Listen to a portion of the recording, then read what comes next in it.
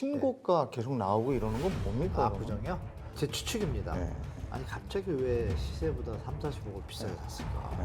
우리 일반 대중 서민들이 생각조차 할 수 없는 플레이들을 이 토건 카르텔들은 할 수도 있다라는 거를 한 번은 생각하셔라. 네. 올 하반기에 금리가 조금 내려간다. 그리고 내년에 금리가 좀 더 내려간다고 보면 그때가 무슨 또 신호가 되지 않을까 생각하는 분들도 있는데 어떻게 생각하십니까? 그 전에 어떤 일들이 터지지 않을까요?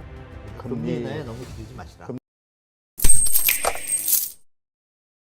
오늘은 한문도 교수님하고 부동산 시장 얘기 계속 나누겠는데 지금 현재 시장에 매물이 많이 나오는 건 맞습니까? 어마어마하죠.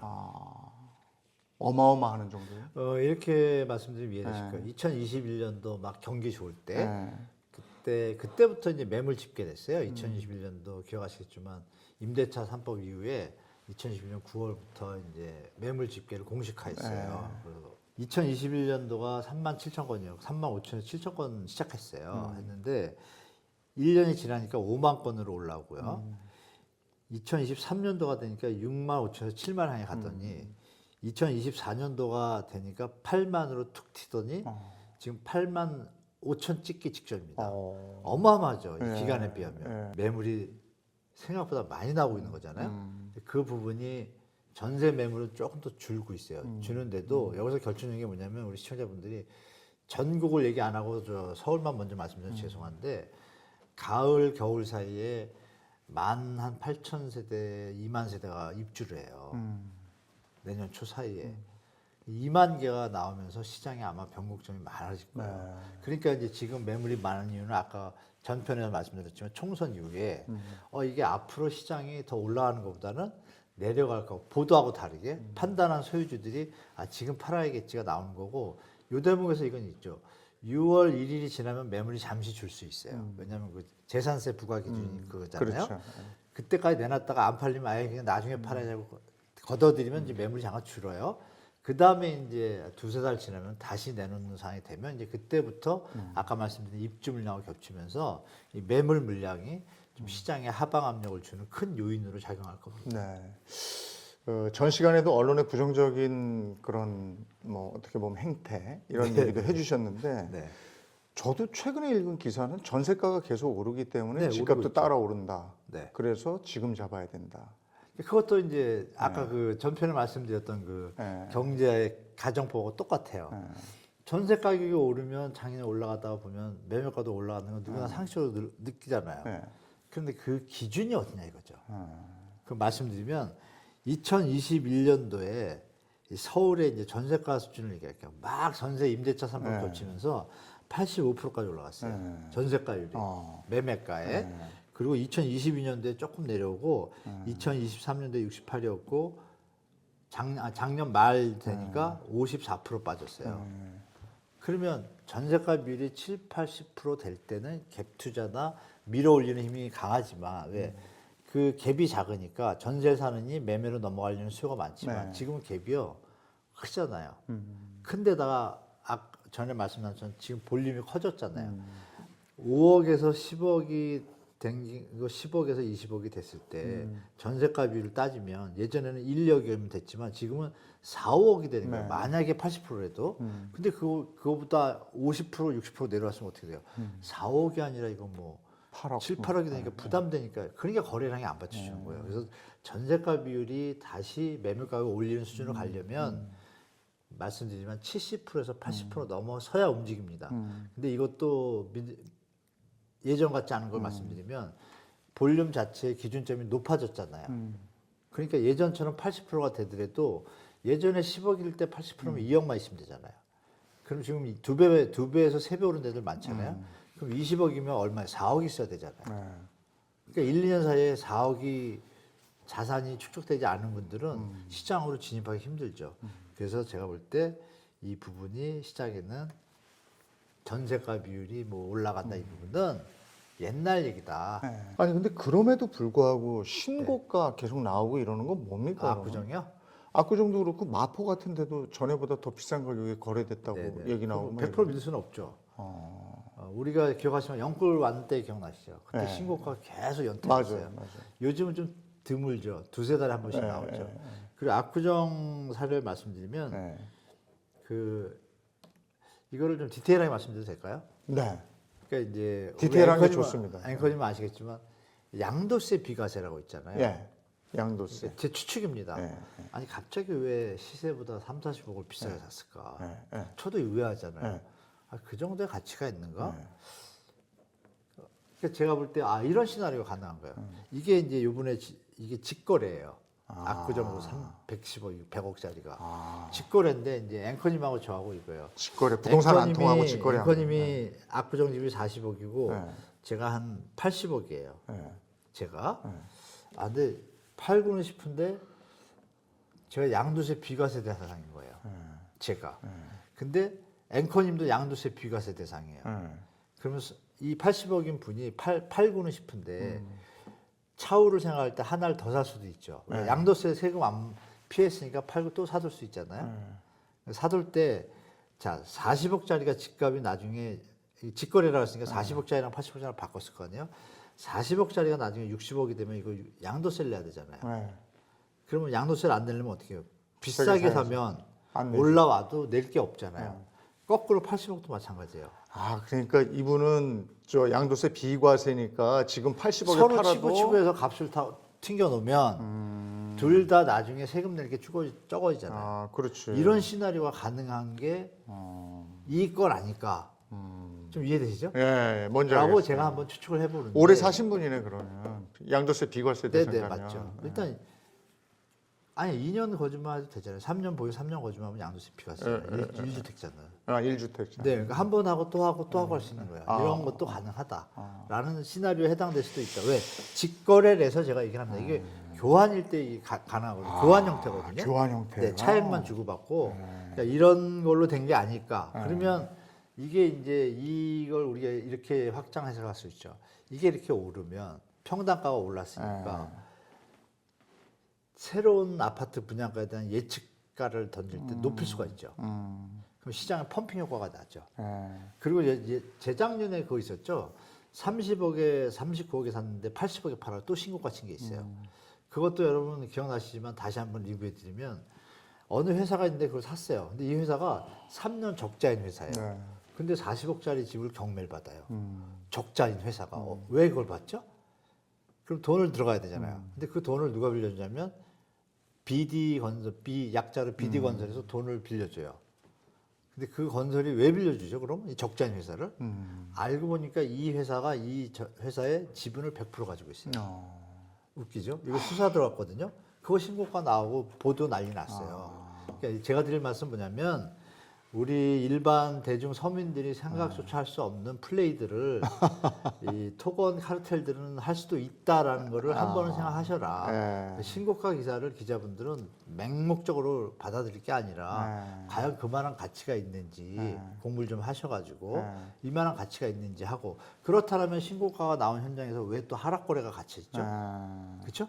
이거 웃기잖아요. 그러니까 이런 부분들을 기자분들이 좀 더 세밀하게 좀 조사하셔서 저 같은 뇌피셜도 이렇게 좀 나열해 주면 시장의 어떤 지금도 지금 가계부채나 주택가격 문제로 지금 사회 문제가 되고 경제 문제가 되고 있는데 그런 뷰를 좀 기자분들이 썼으면 하는 바를 또 말씀드려봅니다. 신고가 갱신 이렇게 타이틀을 그것만 딱 달아놔야 네네 맞아요. 조회수가 막 늘어나니까 또 이것도 이렇게 하나 보다. 지금 토지거래 허가구역은 그대로 연장이 돼 있는 거죠? 어디 네, 오세훈 시장님이 목동하고 압구정하고 다 묶어놨죠. 강남 3구하고 삼성동 이런 데도 그렇죠. 네, 다 묶였죠. 다행히 이제 작년에 그건 풀었어요. 뭐 이 상가나 이런 건 다 풀고 주거용만 다 묶어놨거든요. 아파트를 아파트만 좀 용산도 이래요 지금 한남동만 일어나? 네네. 지금 기존에 있던 뭐 압구정, 여의도 뭐 거의 다예요. 그러니까 여러분들이 아시는 주요 지역 뭐 신고가 나오고 이런 데 있잖아요. 다 해당한다고 보시면 되고 이걸 이제 오세훈 시장님이 묶었단 말이에요. 근데 이분이 부동산을 잘 아시잖아요. 그러니까 제가 생각할 때 뭐 정치적 욕심도 있으시면 투트랙을 가시는 것 같아요. 그러니까 재건축 재개발을 활성화하고 주민들이 좋아하고 토지거래학을 묶었다는 얘기는 주택가격 상승을 갖다 최대한 억제하겠다는 그 의도의 명분을 충분히 갈 수 있잖아요. 너무 올라도 너무 여기서 떨어져도 풀어주면 잘못 오퍼 받을 수 있잖아요. 근데 그 정책을 잘하신 것 같고 실제로 서울의 주택 시장을 위해서 이거는 잘하신 것 같아요. 근데 중요한 건 이걸로 인해서 지금 강남 일대가 조금 가격이 조정됐을 때 우리 지방에 이제 스폰서 그룹들이 많아요.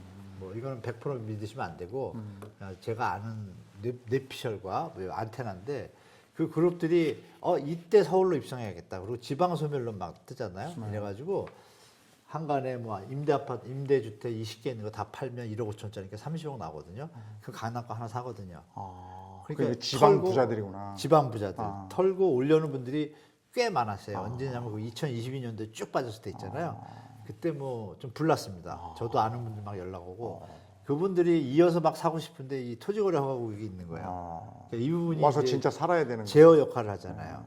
그러니까 이거를 이제 오세훈 시장이나 다 알고 계시니까 아 이거는 잘못하면 너무 펌핑 되겠다 싶으니까 묶었어요. 그러면 이걸 팔고 싶은 분들 입장에서는 악재인 거고 실거주하는 분들한테는 호재인 거예요. 더 안 오르니까 그죠? 그러니까 이제 시장이 실거주 위주로 가려고 정책을 던졌지만 부동산 시장이 좋냐 안 좋냐의 개념은 무주택자분들과 투자자와 투기자가 다 입장이 틀리잖아요. 무주택자분들한테는 좋은 정책인 거고 다주택자나 매도하려는 분들한테는 악재라고 보시면 되겠죠. 네. 지난 시간에도 잠깐 언급을 했습니다만 금리 부분이요. 네. 올 하반기에 금리가 조금 내려간다. 그리고 내년에 금리가 좀 더 내려간다고 보면 네. 그때가 무슨 또 신호가 되지 않을까 생각하는 분들도 있는데 어떻게 생각하십니까? 그 전에 어떤 일들이 터지지 않을까요? 경제 지금 잘 버티고 있는데 좀 안 좋은 PF 네, 뭐 중간에 문제. 어떤 PF 문제하고 자영업자분 문제 그리고 카드사 연체율이 지금 심각한데 보도에 많이 안 나오잖아요. 뭐 앵커님이나 저나 LG 카드 사태 겪어봤잖아요. 지금 제가 저번 달 2월 말 기준 원화대출 연체율 금감원에서 발표했거든요. 곡선이 쭉 내려오다가요. 선이 갑자기 좀 급하게 올라가고 있습니다. 지금 몇 달 사이에. 근데 대기업은 괜찮은데요. 그 분야별로 보니까 중소기업하고 자영업자, 개인사업자 특히 그리고 개인 신용대출이 상태가 안 좋아요. 이 부분을 뭐 정부에서 뭐 저축은행 같은데 대손 충당금 늘리고 있지만 PF 현장도 지금 감사보고서 4월 15일 날 나왔잖아요. 나왔고 이제 가시화되는 게 몇 달 안 남았다고 저는 봐요. 근데 그 소싱이 이제 가시화됐을 때 과연 시장에서 어떻게 움직이냐인데 지금 정부가 PF에 대해서 매각, 뭐 지원 다 하고 있는데 거래가 잘 안 돼요. 정부가 의도한 대로 진도가 안 나가요. 그럼 그게 어느 순간에 딱 막히면 툭 터져버리거든요. 근데 그 시기가 언제일지 아무도 모르잖아요. 그럼 그 시기에 매수 심리가 어떻게 될까요? 다운될 가능성이 없잖아요. 금리 0.5 내린다고 시장에 영향을 줄 수 있는 환경이 아닐 때 어떻게 될까요?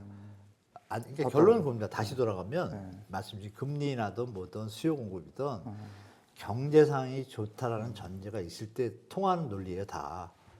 그러니까 실제로 글로벌 금융위기 이후에 아무런 뭐 말씀 주신 뭐 수요 공급 부족, 절대 부족으로 튈 거야 이런 것들이 나왔지만 계속 하락 행보를 했던 거는 경제 상황이 쉽게 안 살아났기 때문이거든요. 그러니까 지금도 그걸 잘 보셔야 되는 거예요.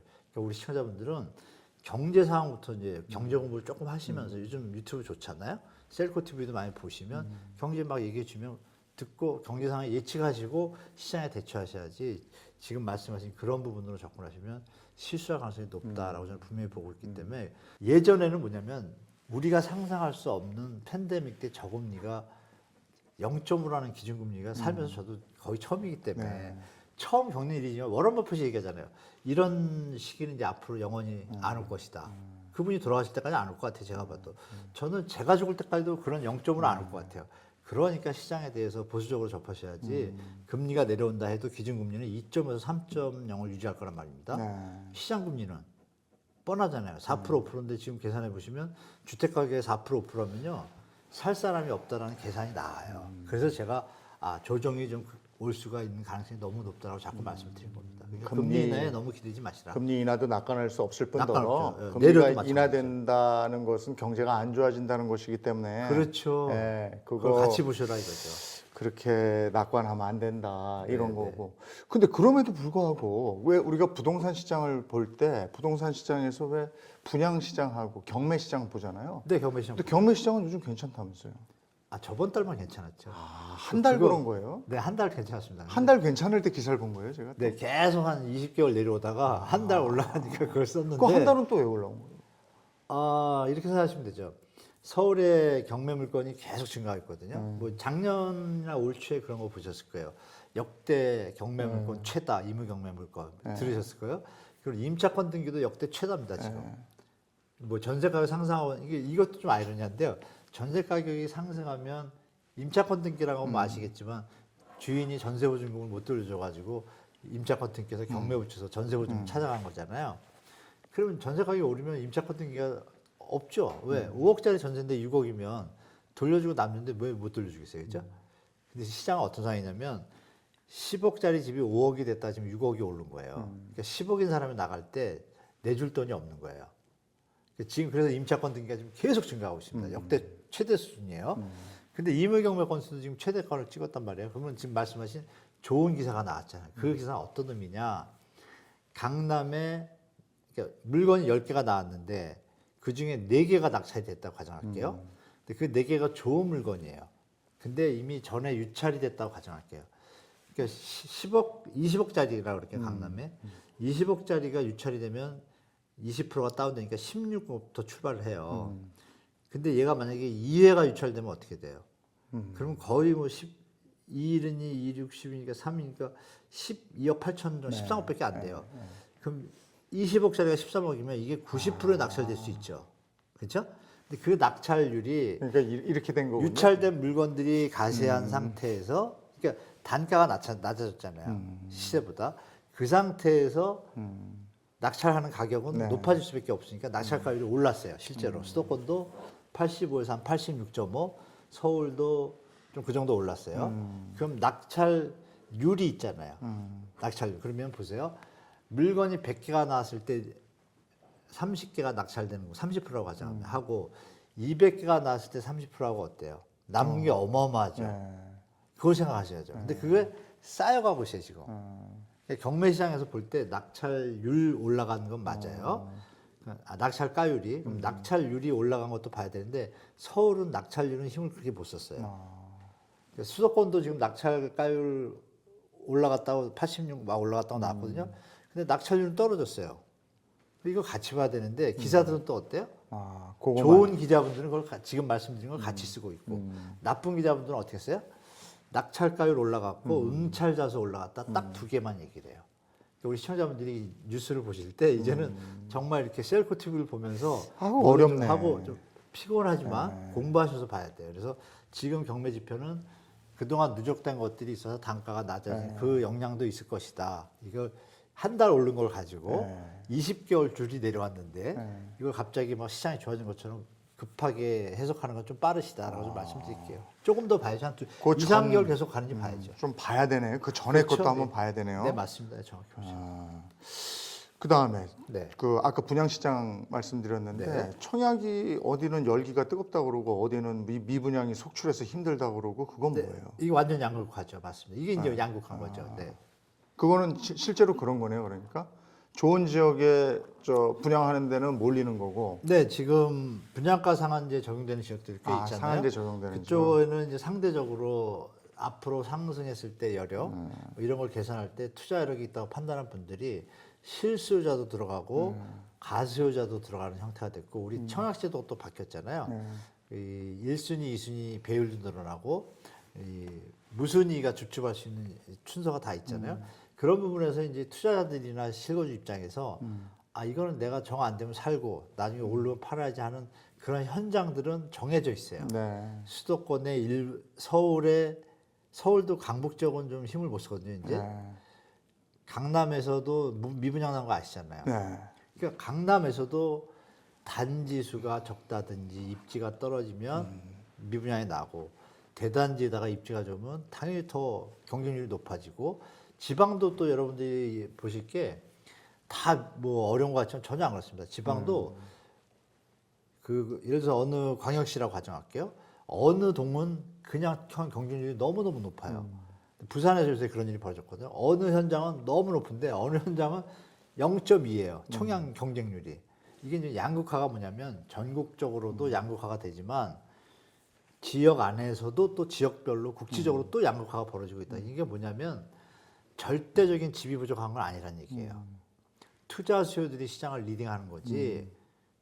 그러니까 이런 두 가지 어떤 양상이 앞으로 제가 볼 때는 좀 내년 중반까지도 계속 이어질 겁니다. 네. 그래서 이거는 우리 시청자분들이 분양 들어가실 때 정말 정보 같은 거 많이 보시고 그거 들어가셔야지 투자 목적으로 들어가면 예전에 2017, 18, 19년도 그 시절은 지났습니다. 조심하시면서 접하시면 좋을 것 같아요. 셀코TV 탐나는 재테크, 오늘은 부동산 시장의 그야말로 일타 강사 한문호 교수님과 한간에 떠도는 부동산에서의 얘기들 쭉 정리해 봤고요. 그리고 어떻게 부동산 시장을 판단하면 좋을지에 대한 얘기도 집중적으로 한번 나눠봤습니다. 오늘 함께해 주셔서 고맙습니다. 네, 감사합니다.